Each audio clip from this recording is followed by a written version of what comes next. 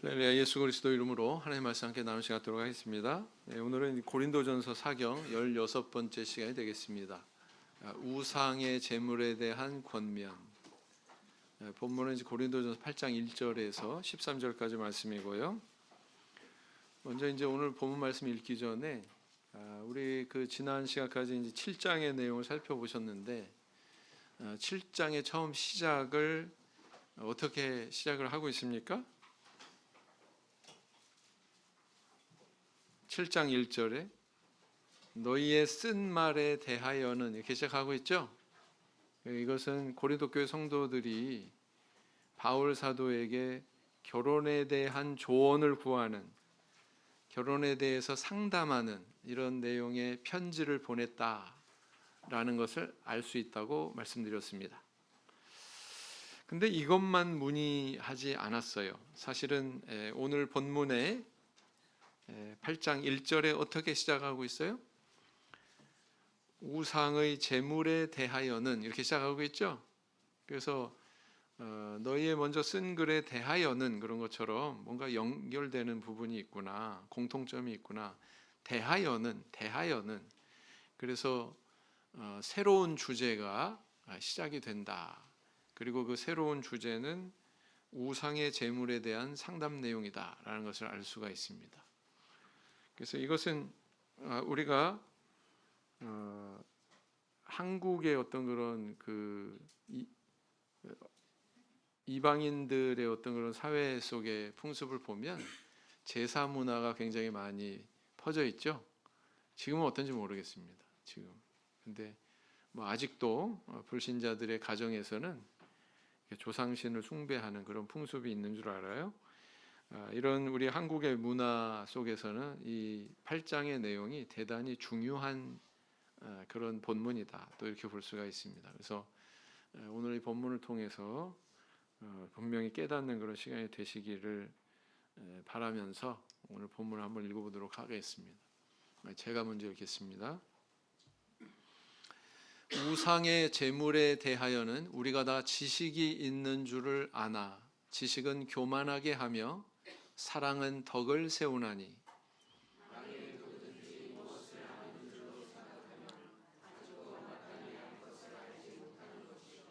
또 누구든지 하나님을 사랑하면 이 사람은 하나님의 아시는 바 되었느니라.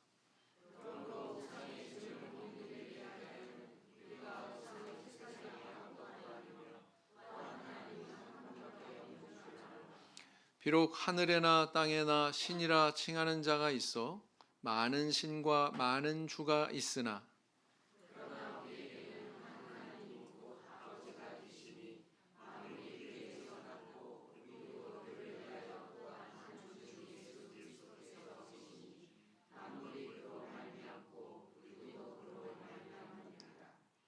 그러나 이 지식은 사람마다 가지지 못하여 어떤 이들은 지금까지 우상에 대한 습관이 있어 우상의 제물로 알고 먹는 고로 그들의 양심이 약하여지고 더러워지느니라.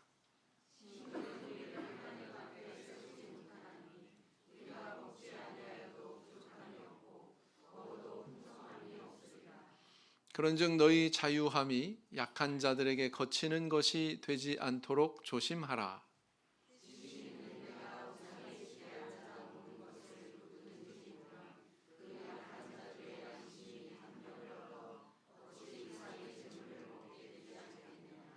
그러면 내 지식으로 그 약한 자가 멸망하나니 그는 그리스도께서 위하여 죽으신 형제라.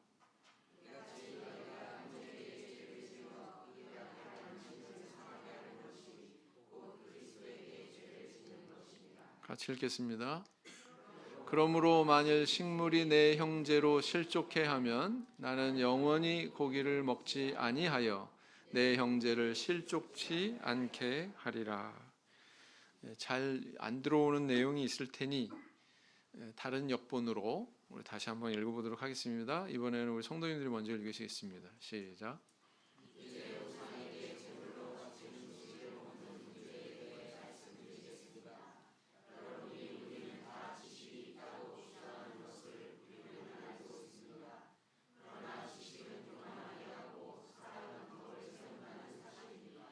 어떤 사람이 자기가 무엇인가 안다고 생각하면 그 사람은 마땅히 알아야 할 것을 아직은 모르고 있는 사람입니다.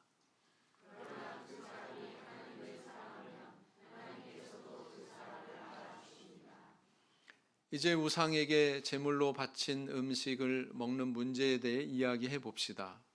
우리는 세상에서 우상이란 아무것도 아니며 하나님은 오직 한 분뿐이라는 사실을 알고 있습니다.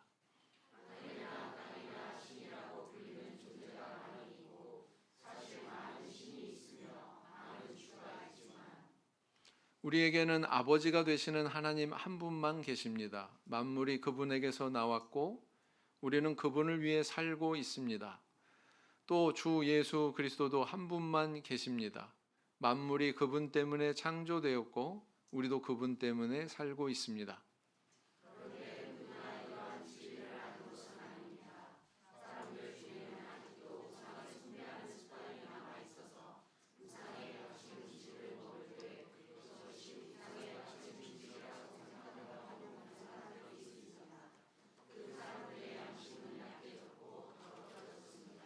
그러나 우리를 하나님께 가까이 나아가게 하는 것은 음식이 아닙니다.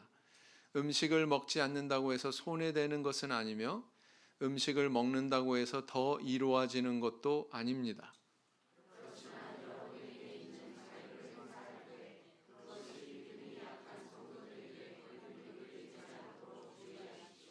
지식이 있다는 여러분이 우상의 신전에서 음식을 먹고 있는 것을 믿음이 약한 성도가 본다면 그가 용기를 얻어 그 사람처럼 우상의 제물로 바친 음식을 먹지 않겠습니까?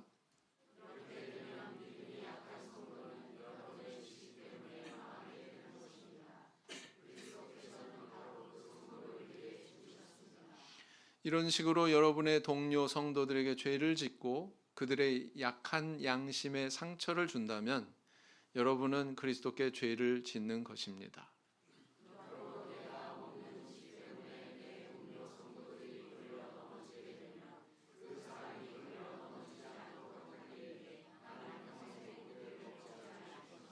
예, 이게 이제 본문의 내용이고요. 읽었지만 또 잘 이해가 안 가는 부분이 있으시죠, 그죠? 그러니까 또 우리가 자세하게 이렇게 살펴봐야 되겠죠. 오늘 본문에서 중요한 포인트가 있습니다.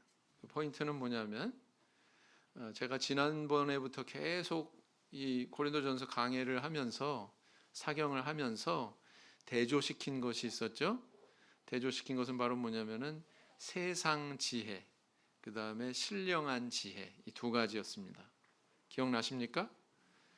그래서 고린도 교회 성도들은 세상 지혜의 지배를 받다 보니 이거 뭐 판단하지 않아야 될 거는 판단하고 판단해야 되는 교회 사정에 대해서는 오히려 판단을 못하는 어린아이와 같은 그런 수준의 신앙에 머물러 있었다. 반면에 바울 사도는 어때요? 바울 사도에게 고린도 교회 성도들이 문의했잖아요. 상담을 요청했잖아요. 조언을 구했잖아요. 거기에 대해서 막힘이 없이 이렇게 뭐 결혼에 대한 것이면 결혼에 대한 것, 뭐 성도 간의 송사에 대한 것이면 송사에 대한 것, 뭐 음행에 대한 것이면 음행에 대한 것, 명쾌하게 다리마 타주고 설명하고 이렇게 해결을 하고 있죠. 네. 근데 오늘 이 우상의 제물에 대해서도 그 두 가지가 이렇게 대조되고 있는 구조는 사실 떠나지 않습니다. 여기도 계속 이어지고 있다 이렇게 볼 수가 있습니다. 그래서 여러분들이 그 1절 말씀을 보시면 두 개의 단어가 나오고 있는데 이 두 개의 단어가 대조를 이루고 있다. 그래서 바울 사도는 이 두 가지를 왔다 갔다 하면서 얘기하는 내용이 오늘 본문이다. 이렇게 단순하게 이해하시면 된다라는 겁니다. 이해가 되세요? 그 두 가지 단어가 뭘까요? 첫째는 지식, 둘째는 사랑. 여러분 우리가 언뜻 생각할 때 지식과 사랑이 뭐 이렇게 대조된다고 이렇게 여기지는 않죠. 뭐 초등학생한테 물어보면 뭐 지식의 반대말이 뭐야? 이렇게 보면 지식의 반대말이 뭐지? 네? 무지? 뭐 무식? 네. 뭐 이렇게 대답할 거예요. 근데 여기서는 바울 사도가 전혀 다른 신앙의 관념으로 이 두 가지를 다루고 있는데, 그게 다루는 과정에서 지식과 사랑을 대조시키고 있다라는 걸 알 수가 있습니다. 그래서 당신들은 지식을 쫓지 마십시오. 당신들은 사랑을 쫓아야 됩니다. 이렇게 얘기하고 있는 게 오늘 본문 내용이다. 이렇게 이해하시면 아마 가장 단순하게 설명하는 대답이 될 수 있을 것 같습니다. 그러고서 이제 시작을 하겠습니다. 자, 이제 읽어보셨으니까 우상의 제물에 대한 지식은 있으나 그 지식이 있기 전에 덕을 세우기 위해서 무엇이 있어야 한다고 이야기하고 있어요? 방금 이야기했죠? 지식이라고 하는 단어랑 대조를 이루고 있는 또 하나의 단어가 뭐예요? 사랑이죠. 사랑. 그러면 무엇이 지식을 쫓는 거고 무엇이 사랑을 쫓는 건가? 이제 여기에 대해서 탐구하시면 돼요. 자, 바울 사도가 말한 이 지식이란 무엇은 아무것도 아니며, 이거 본문에 있는 거 그대로 옮긴 거죠. 성도에게는 오로지 만물의 근원 되시며 한 분의 주님이신 누가 계시다는 것인가. 그랬어요.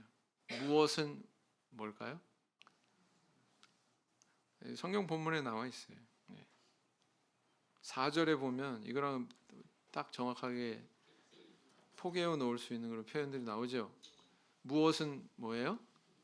우상이죠. 우상. 그 다음에 누가 계시다고요?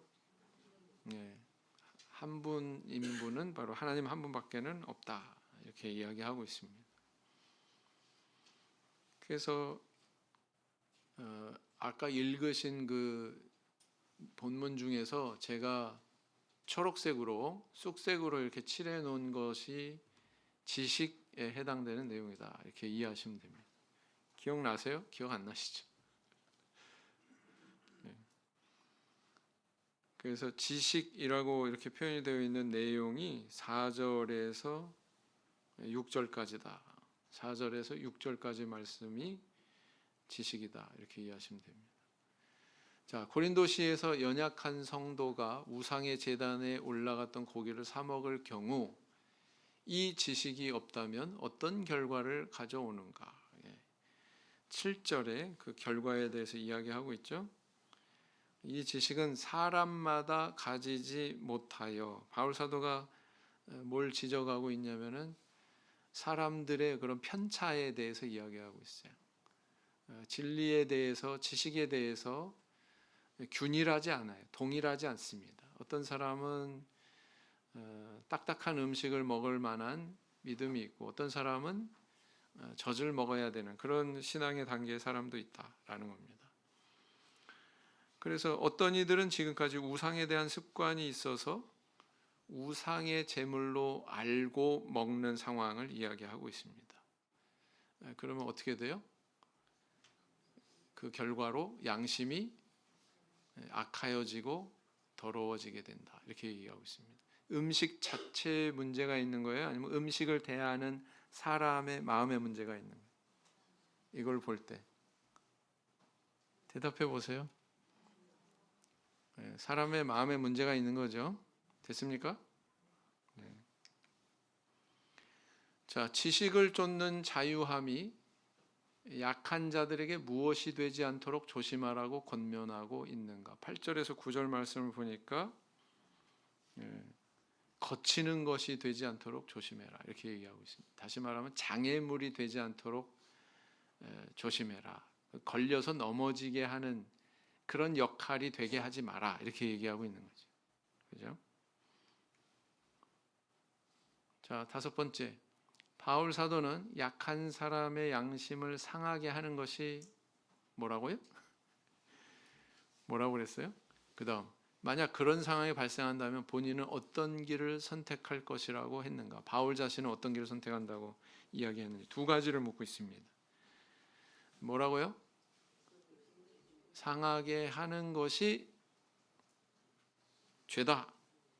죄를 짓는 거다. 그러고 있죠? 몇 절에 있어요? 몇 절에? 12절에. 잘하고 계십니다. 제가 질문 드리는 거는 다 성경에서 답을 찾으시면 돼요. 그렇게 따라오시면 잘하고 계시는 겁니다. 자, 그래서 만약에 그런 상황이 발생한다면 바울 사도는 나는 어떻게 하겠다? 영원히 고기를 먹지 아니하여 내 형제를 실족지 않게 하리라. 다시 말하면 바울 사도에게 지식이 있어요, 없어요? 우상은 아무것도 아니야. 오로지 신은 이 세상에 하나님 오로지 한 분뿐이야. 온 천지 만물은 다 하나님께서 주신 거야. 나도 역시 하나님으로부터 말미암은 거야.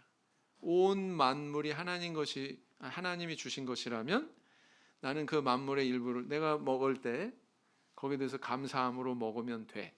여기까지가 지식이에요. 이해가 되셨죠? 여기까지가 4절에서 6절까지 내용입니다. 그 지식의 입각에서 바울 사도가 먹을 수 있어요, 없어요? 먹을 수 있어요. 근데 나는 절대로 안 먹겠다. 왜? 목적이 뭐예요? 내 형제를 실족지 않게 하기 위해서 이렇게 이야기하고 있는 겁니다. 그죠? 바울의 관심은 그 고기, 음식 자체에 있어요? 아니면은 사람한테 있어요? 이 고기 먹고 안 먹고 이 고기 자체에 관심이 있어요? 아니면은 사람한테 있어요? 다른 사람. 맞죠? 이거 굉장히 중요해요. 네, 잘 들으셔야 돼요. 고기 자체에 관심이 있는 게 아니고 타인한테, 다른 사람한테 관심을 가지고 있다. 전혀 다른 그 방향이죠. 네, 그렇습니다. 자, 그럼 왜 이런 이야기들이 오가는지, 왜 이런 상황이 벌어지는지에 대해서 우리가 당시의 상황을 좀 복원을 해보자라는 겁니다. 여러분 한번 생각해 보세요. 유대인들은 이 먹고 안 먹고 하는 거에 대해서 엄격한 그 음식에 대한 기준이 있어요, 없어요? 기준이 분명하게 있습니다. 오늘날에도 역시 있습니다. 코셔라고 들어보셨나요? 유대인들은 아무거나 안 먹어요, 지금도. 맥도날드 햄버거 맛있는 거, 맥도날드 햄버거 맛있잖아요, 그죠? 맥도날드 햄버거도 코셔로 인증이 된 맥도날드 햄버거만 먹습니다. 아무거나 먹지 않습니다. 네. 이거는 정한 거, 이건 부정한 거. 이거는 깨끗한 거, 이거는 더러운 거. 구분이 철저해요. 네. 거기에 대한 그 관련된 성경이 뭡니까? 정한 거, 부정한 거. 아주 지독하리 많지 이렇게 가르고 있는 게 레위기잖아요. 그죠? 레위기에 뿌리를 두고 있는 그런 코셔를 엄청나게 중요하게 여깁니다. 자, 그런 유대교를 믿다가 기독교인으로 이제 개종이 됐어요. 근데 이 복음이 유대인들 안에만 있는 게 아니고 이스라엘을 넘어서 이스라엘 나라를 넘어서 이방으로 향해 이 복음이 퍼지게 됐습니다. 자, 이방인들은 뭐 이거 먹고 안 먹고 이렇게 따지는 거 있어요, 없어요? 돼지고기도 먹어요, 안 먹어요? 먹어요. 정한 거 부정한 거 이거 안 따져요. 이렇게 저렇게 다 먹습니다. 그런 문화 속에서 참 고민이 많은 그런 상황들이 벌어졌겠다. 상상할 수 있어요, 없어요? 우리는 그리스도 안에서 하나야 그랬는데 다른 쪽에서는 먹는 거 가지고 이거 먹으면 안 되는데? 나는 유대인 출신인데? 뭐 이런 상황들이 있었겠죠. 뿐만 아니라 또 고린도라고 하는 도시에서의 양상은 좀 틀립니다. 어떻게 틀렸느냐? 자, 그때 당시에 이제 이 로마 제국에 속한 그런 모든 나라들은 그리스 로마 문명 아래에 있는 그런 나라들은 뭐 여러분들 잘 알고 계시는 그리스 로마 신화에 나오는 여러 신들을 섬겼습니다. 뭐 제우스니 뭐 아데나니 뭐 많은 그런 신들을 우상들을 섬겼는데 그런 신들한테 이렇게 제사 지내고 그런 게 굉장히 일반적이었어요. 마치 우리 한국 사회에서 농경 문화에 뿌리를 두다 보니까 조상신 숭배하는 걸 중요하게 여기고 그래서 막 뭐 절기만 되면은 맨날 제사상 차리고 거기다 절하고 우상 숭배하는 문화가 보편적인 것처럼 그리스 로마 문명권에 있는 사람들은 그런 신들한테 제사 지내는 것을 일반적으로 그렇게 여겼단 말이에요. 아주 당연히 여겼단 말이에요. 그래서 아크로 고린도 기억나십니까? 기억을 한번 더듬어 보세요. 저 산에 막 이렇게 뭐 바위도 이렇게 보이고 그런 산이 있었잖아요.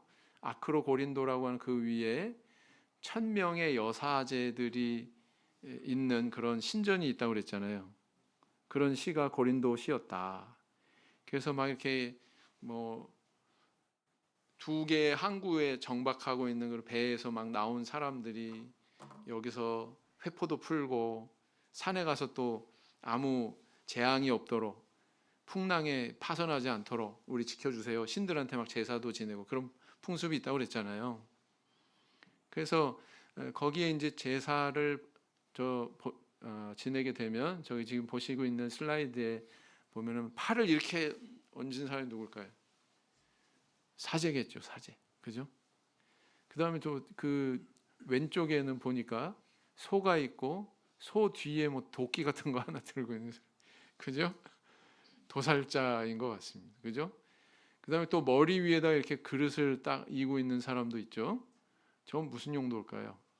피 받는 용도죠. 피 받는 용도. 그래서 이렇게 당시에 이런 제사 문화가 있었다고 하는 것을 보여주는 그런 그림이다, 사파다 이렇게 볼 수가 있습니다.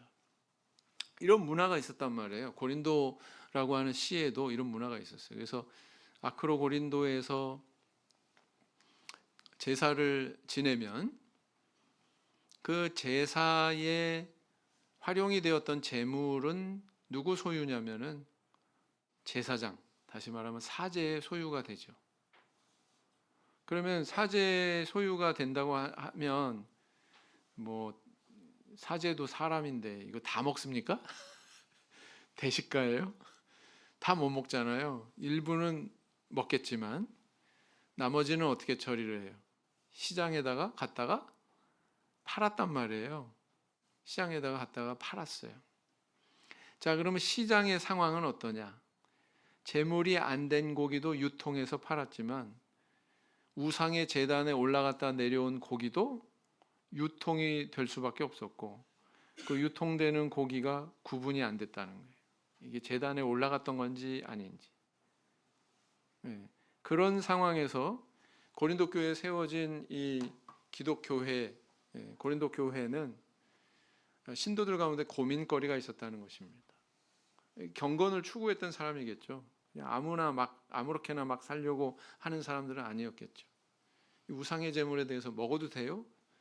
먹으면 안 돼요? 이렇게 질문한 사람들이 있었을까요? 없었을까요? 있었다는 거죠. 거기에 대해서 지금 바울 사도가 답을 주고 있는 거다. 이 재물, 이 물질, 이 고기 자체에 관심을 집중하면 어떤 질문이 성립이 되냐면 이 고기에 무슨 귀신이 붙었다는 얘기인가? 그렇게 여길 수 있잖아요. 여기에 이걸 취식을 하면 나한테 어떤 영적인 악영향이 미쳐지나? 뭐 이런 질문을 할 수 있잖아요. 그죠? 네.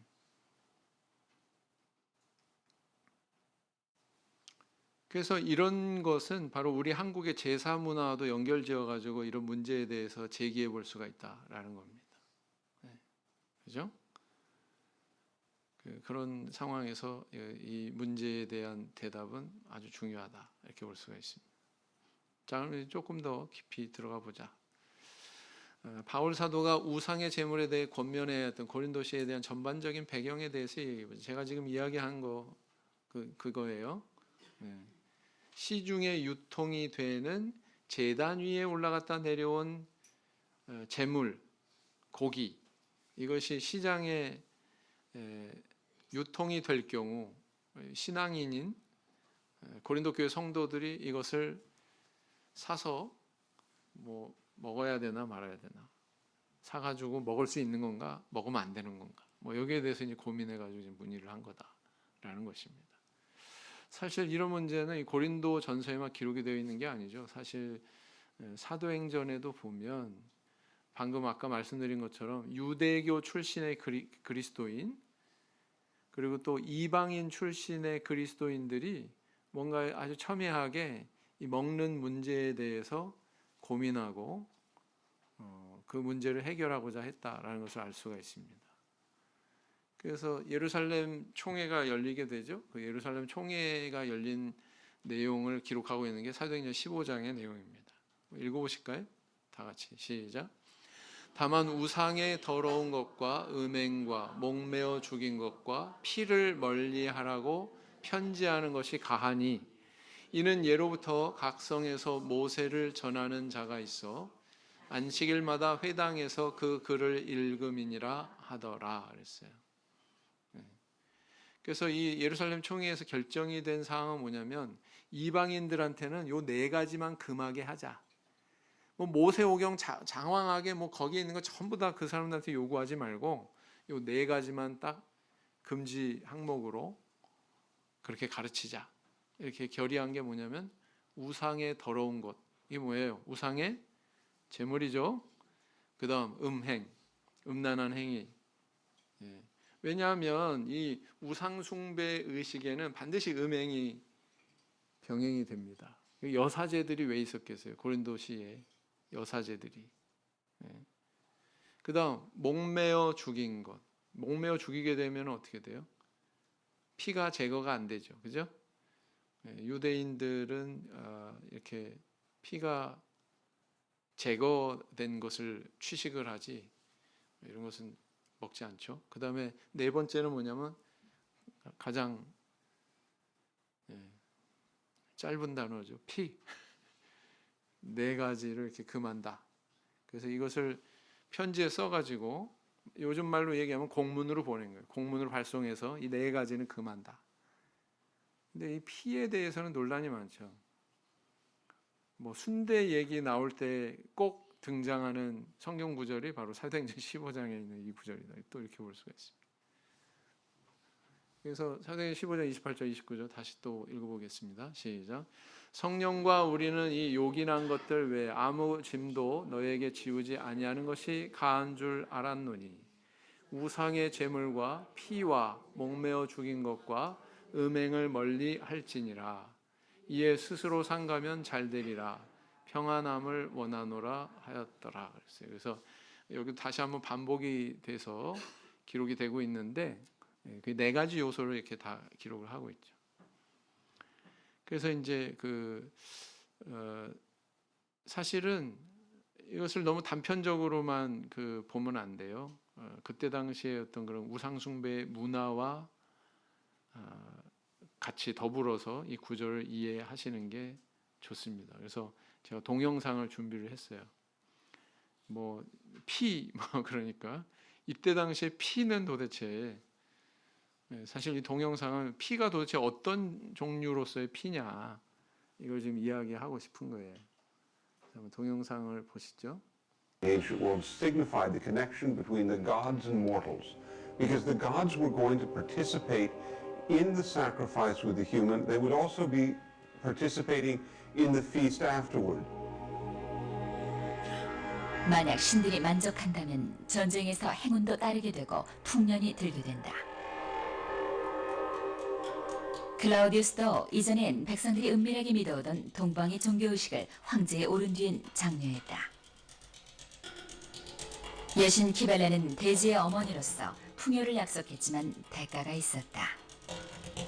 What was remarkable to the Romans as well as to us about this cult was that it involved the use of a priest who had to castrate themselves to become a priest.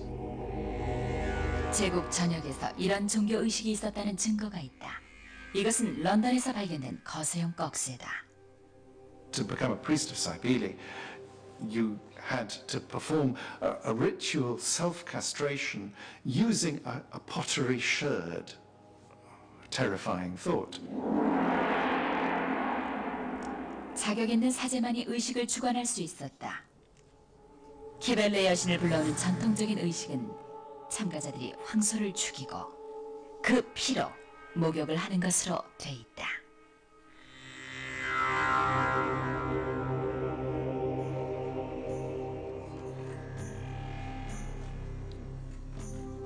A pit is dug, and the initiate descends into the pit, and boards are put over the top. 충격받을 뻔. 역사학자 프루덴티우스에 따르면 겉으로 보기에도 몸집이 크고 사나운 소를 데려와 뿔은 감싸매고 양쪽 옆구리에 꽃다발을 묶은 뒤에 널빤지 위로 끌고 간다. 솔. 참석자들은 기대에 차서 기다린다. 소가 도살되면 갈라진 배에서는 뜨거운 피가 솟구쳐 오른다. 참석자들은 얼굴을 피가 뿜어져 나오는 쪽으로 내밀고 검붉은 핏덩이를 실컷 마실 때까지 혀로 피를 핥아먹는다. After which there was a sense that literally covered with the offering to the god, that the initiate himself was somehow more sacred and more beloved to the divinity. 이런 의식에선 피를 사용하는 것이 핵심이다. 도덕적인 풍토가 지배할 때는 은밀한 곳에서만 용납이 되었었다. 하지만 원형 경기장 같은 공개적인 장소에서 이루어지자 경축 분위기가 된다. 예, 저런 우상 숭배 그런 문화가 암암리에 이렇게 시행이 되다가 나중에는 원형 경기장에서 아주 공개적으로 이런 것들이 이루어지고 그랬다는 거죠. 이때 당시에 그 피에 대한 인식이 어땠는지 좀 감이 오시죠? 이거 보시니까. 그래서 사도행전 15장의 그 피는 단순히 뭐 흔히 뭐 순대 먹어도 돼요 할 때 그 피가 아니고, 네, 이런 제사 문화와 결부되어 있는 이런 문화 속에서의 피다라는 것을 조금 더 이해를 하셔야 될 것 같습니다. 자, 바울 사도는 우상의 제물에 대한 태도를 언급하기보다 먼저 어떤 전제를 이야기하고 있는지 살펴보자 그랬습니다. 우상의 제물에 대한 태도를 언급하기보다 1절 얘기하는 거예요. 1절. 그죠? 어떤 전제를 이야기하고 있느냐? 우상의 제물 먹으면 안 돼. 먹으면 돼. 먹어도 돼. 뭐 이걸 먼저 얘기하는 게 아니고, 네. 그 답을 바로 주는 게 아니고, 지식을 쫓는 것이냐 아니면 사랑을 쫓는 것이냐, 이것을 이제 주제로 내걸고 있는 거죠. 그래서 결론은 지식보다는 사랑을 쫓아서 행해야 한다. 당신의 어떤 행동의 지침이 그게 지식을 쫓은 것이냐 사랑을 쫓은 것이냐 이렇게 질문을 했을 때 사랑을 쫓는 그런 행동으로 나아가야 된다 이렇게 이야기하고 있다는 것입니다. 고린도서 4장 6절을 읽어보겠습니다. 다 같이 시작. 형제들아 내가 너희를 위하여 이 일에 나와 아볼로를 가지고 본을 보였으니 이는 너희로 하여금 기록한 말씀밖에 넘어가지 말라 한 것을 우리에게서 배워 서로 대적하여 교만한 마음을 먹지 말게 하려 함이라. 사실 4장에서 이미 이런 교만한 마음에 대한 경계의 그런 메시지가 있었죠, 그죠? 네. 그래서 이제 여기에 대해서는 8장에서 지금 처음 나오는 얘기는 아니다라는 걸 여러분들이 아시고서 오늘 본문을 보셔야 됩니다. 18절, 19절 읽어보겠습니다. 시작. 어떤 이들은 내가 너에게 나아가지 아니할 것 같이 스스로 교만하여 졌으나 그러나 주께서 허락하시면 내가 너희에게 속히 나아가서 교만한 자의 말을 알아볼 것이 아니라 오직 그 능력을 알아보겠으니 그랬어요. 여기서의 능력은 뭔지 이제 밝혀졌죠. 기억나십니까? 무슨 능력이에요? 바울 사도가 가지고 있는 능력. 고린도 교인들은 없는 능력. 뭐예요? 신령한 지혜로 판단하는 능력을 얘기하는 거예요. 자, 그다음 세 번째, 시장에서 사온 것이 우상의 제물이더라도 먹어도 된다는 것을 뒷받침하는 지식은 어떤 지식인지 이야기해보자.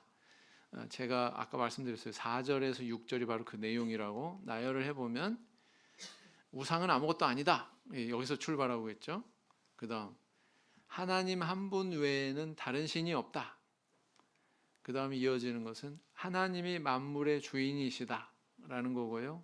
따라서 만물의 일부인 이 고기를 감사함으로 먹어도 된다. 여기까지가 지식이라는 거예요. 지식.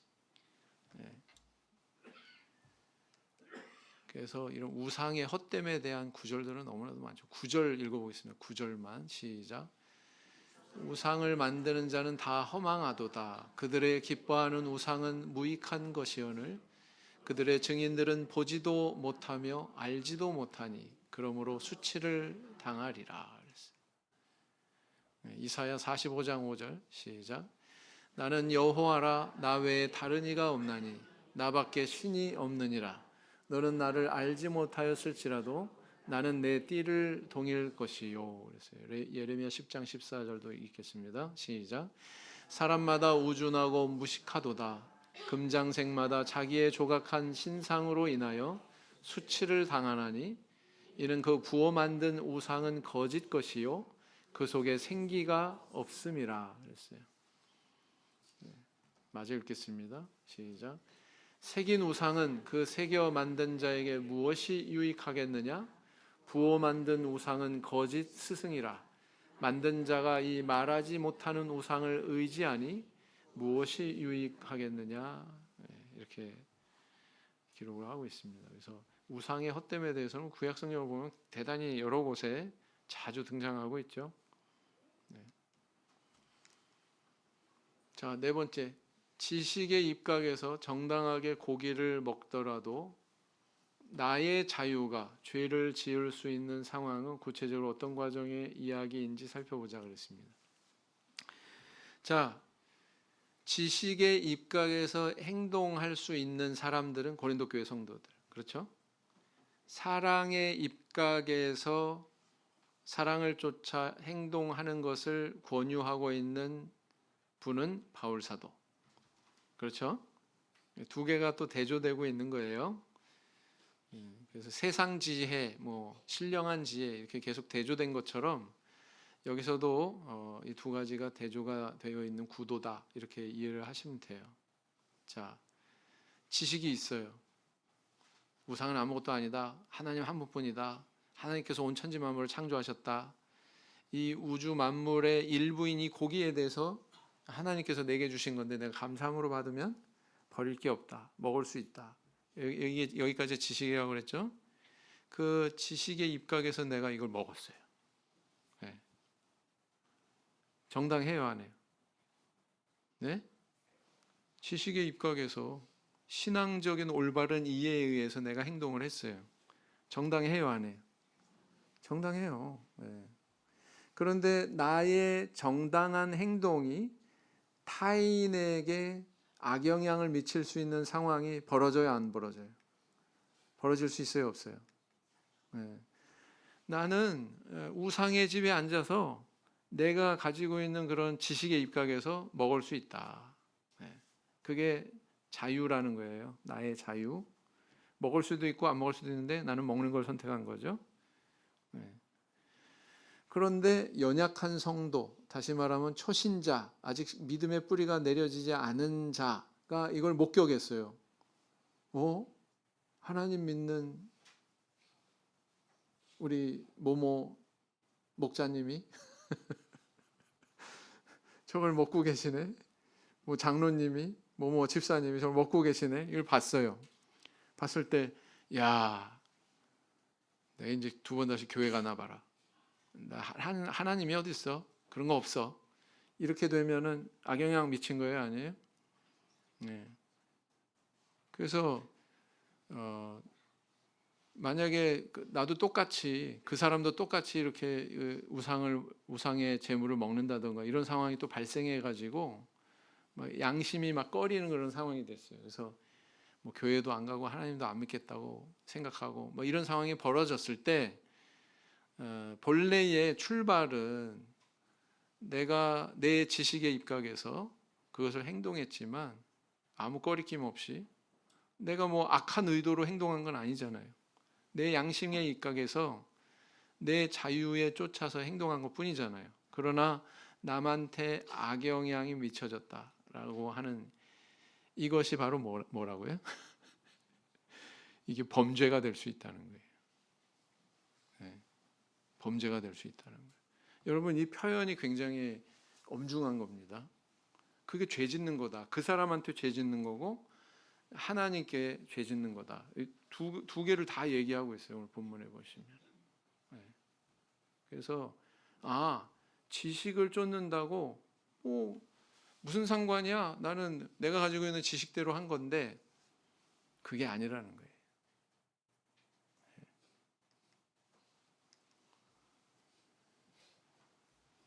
그래서 이런 상황에 대해서 다루는 성경의 그 내용들이 간혹 등장을 합니다. 디도서 1장 15절 한번 읽어보시겠습니다. 시작. 깨끗한 자들에게는 모든 것이 깨끗하나 더럽고 믿지 아니하는 자들에게는 아무것도 깨끗한 것이 없고 오직 저희 마음과 양심이 더러운지라.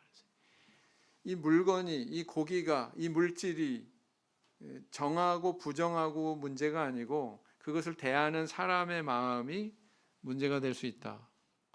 이해되시죠? 네.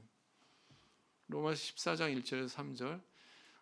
이 로마서 14장부터 16장까지는 믿음이 연약한 자 이런 표현들이 계속 나와요. 그 의미는 뭐냐면 생각해 보세요. 로마서가 16장까지인데 3장에 걸쳐서 연약한 자 이게 계속 나온다고요.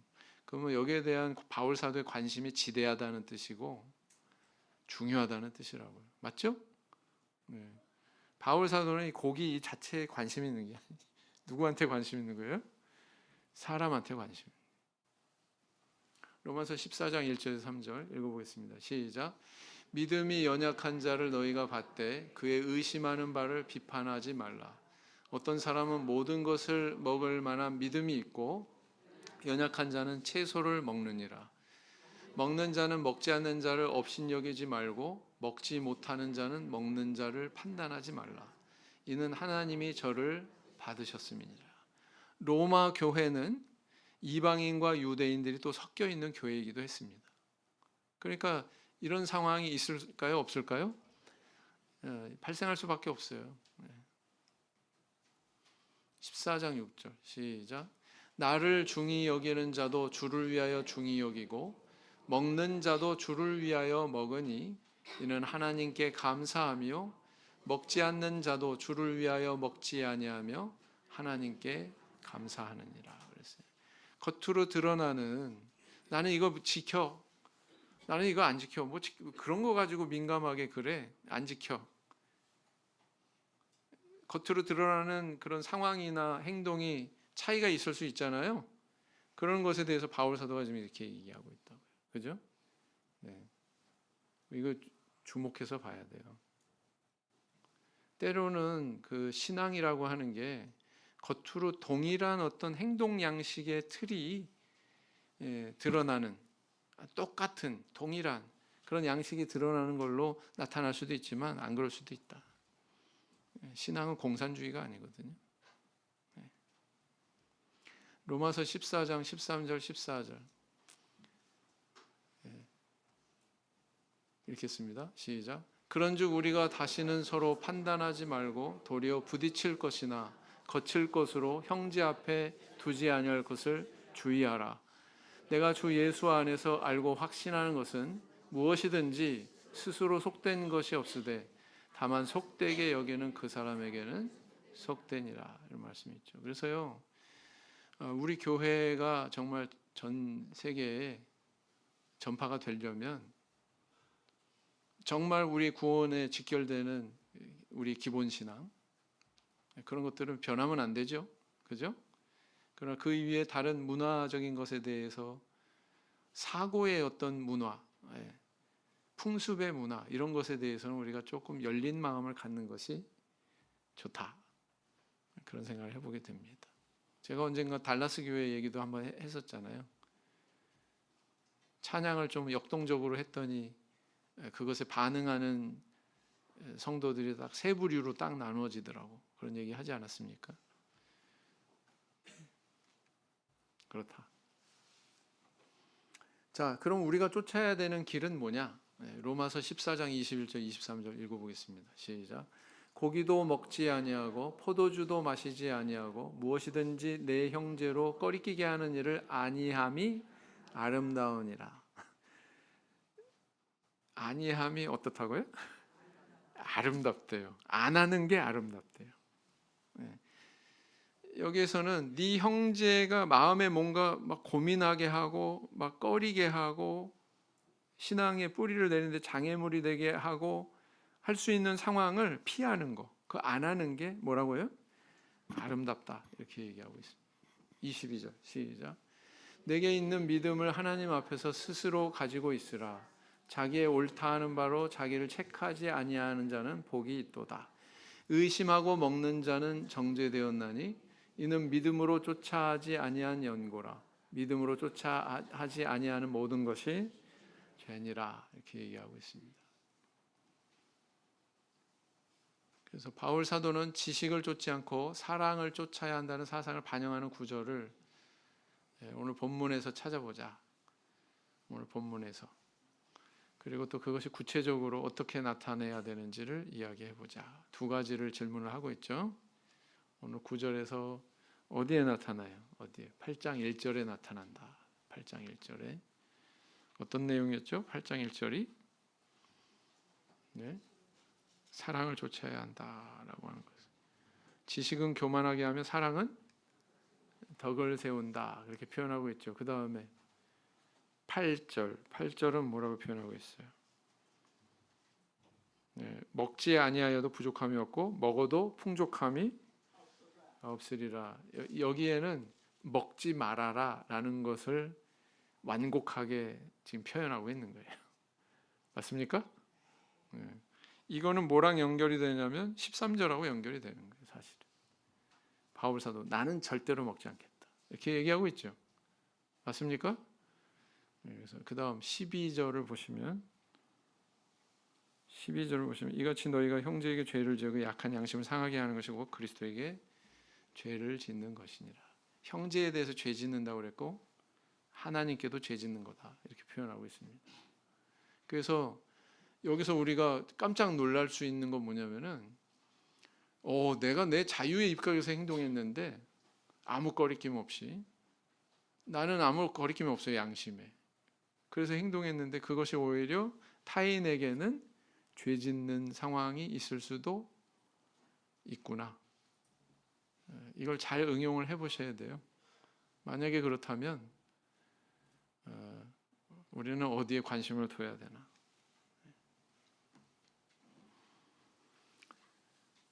고린도서 13장 2절에까지 사실은 이 사상이 연결되고 있다라는 겁니다. 읽어보시겠습니다. 시작. 내가 예언하는 능이 있어 모든 비밀과 모든 지식을 알고 또 산을 옮길 만한 모든 믿음이 있을지라도 사랑이 없으면 내가 아무것도 아니요. 자, 8장에서 이야기한 이 사랑이 13장의 사랑과 전혀 무관할까요? 아니에요. 여기에 바로 연결이 되는 거예요. 우리 세상 사람들도 고린도서 13장 내용은 다 좋아하고 알 정도로 유명하지만 여기서의 사랑은 뭘 얘기하냔 말이에요. 어떤 사랑이냔 말이에요. 연약한 자를 배려하는 마음. 맞죠? 구체적으로 뭘로 이야기할 수 있어요? 연약한 자의 양심을 배려하고 신앙을, 믿음을 배려하는 그런 마음, 배려심. 이게 바로 사랑이다. 여기서 얘기하는 사랑이다.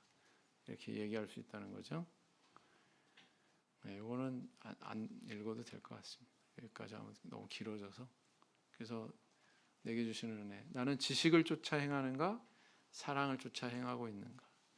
순간순간 이 질문을 던지는 게 유익이 있을 겁니다. 나는 신앙적으로 장성한 지식과 사랑을 겸비하고 있는가? 나는 자신의 자유를 누리는 행동으로 타인의 약한 신앙에 상처를 준 일은 없는가? 다 같은 얘기입니다. 이런 것들이 오늘 우리에게 도전을 주는 오늘 본문 말씀의 내용이다, 이렇게 볼 수가 있습니다. 여기까지 살펴봤습니다. 묵상기도 하시겠습니다.